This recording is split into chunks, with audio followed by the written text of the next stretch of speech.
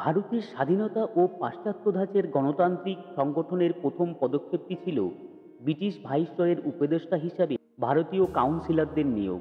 এরপর ভারতীয় সদস্যসহ প্রাদেশিক কাউন্সিল স্থাপিত হলে আইনসভায় কাউন্সিলরদের যোগদান উত্তরাত্তর বৃদ্ধি পায়। সুরেন্দ্রনাথ ব্যানার্জি, গোপালকৃষ্ণ গোখলে, লালা রাজপথ রায়, বাল গঙ্গাধর তিলক, বিপিনচন্দ্র পালেরা প্রথম স্বরাজের দাবি তোলেন।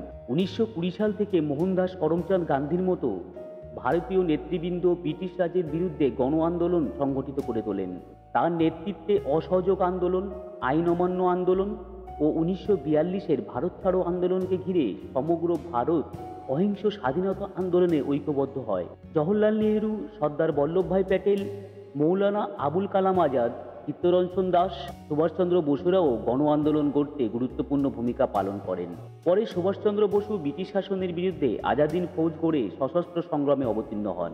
ভারতীয় বিপ্লবীদের মধ্যে শহীদ ভগৎ সিং, সূর্য সেন, বাঘা যতীন, চন্দ্রশেখর আজাদ, রামপ্রসাদ বিসমিল, অরবিন্দ ঘোষরা ছিলেন সর্বাপেক্ষা প্রভাবশালী নেতা। সমগ্র ভারতীয় উপমহাদেশ জুড়েই বিপ্লবী কার্যকলাপ সংগঠিত হতে থাকে।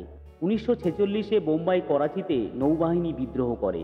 স্বাধীনতা অর্জনের আকাঙ্ক্ষার সঙ্গে সঙ্গে বিগত বছরগুলিতে হিন্দু ও মুসলমানের মধ্যে সাম্প্রদায়িক উত্তেজনাও বৃদ্ধি পেয়েছিল।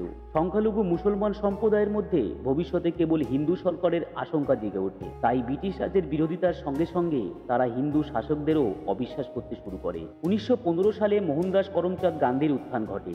তিনি তার সুযোগ্য নেতৃবলে দুই সম্প্রদায়ের ঐক্য সাধনের ডাক দেন ও দেশকে স্বাধীনতার পথে এগিয়ে নিয়ে চলেন। ভারতে গান্ধীজির গভীর প্রভাব এবং সম্পূর্ণ অহিংস পথে আন্দোলন পরিচালনার মাধ্যমে দেশের স্বাধীনতা অর্জনের তার ক্ষমতা তাকে বিশ্বের অন্যতম শ্রেষ্ঠ গণনেতার স্বীকৃতি দান করে।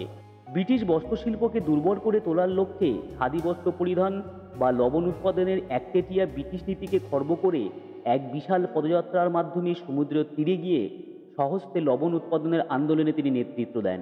রবীন্দ্রনাথ ঠাকুর তাকে মহাত্মা নামে ভূষিত করেন এবং ভারতবাসীও তাকে সেই নামে নন্দিত করে। ব্রিটিশ সরকার 1947 সালের মধ্যে ভারত ত্যাগের পরিকল্পনা গ্রহণ করে। এই সকল আন্দোলনের ফলশ্রুতিতে 1947 সালে ভারত স্বাধীনতা অর্জনে সক্ষম হয়। ব্রিটিশ ভারতীয় অঞ্চলগুলি 1947 সালে ভারত অধিরাজ্য ও পাকিস্তান অধিরাজ্যে বিভক্ত হয়ে স্বাধীনতা অর্জন করে। পাঞ্জাব ও ব্রিটিশ বাংলা প্রদেশ দুটি দ্বিধা বিভক্ত হয়। দেশ বিভাগের অব্যাহতি পূর্বে পাঞ্জাব, বাংলা ও দিল্লি সহ দেশের বহুল অংশে শিখ, হিন্দু ও মুসলমানদের মধ্যে দাঙ্গা ছড়িয়ে পড়ে। ফলে প্রায় 5 লক্ষ লোকের মৃত্যু হয়। এই সময়েই ঘটে আধুনিক ইতিহাসের বৃহত্তম গণ অনুপ্রবেশের ঘটনাটি।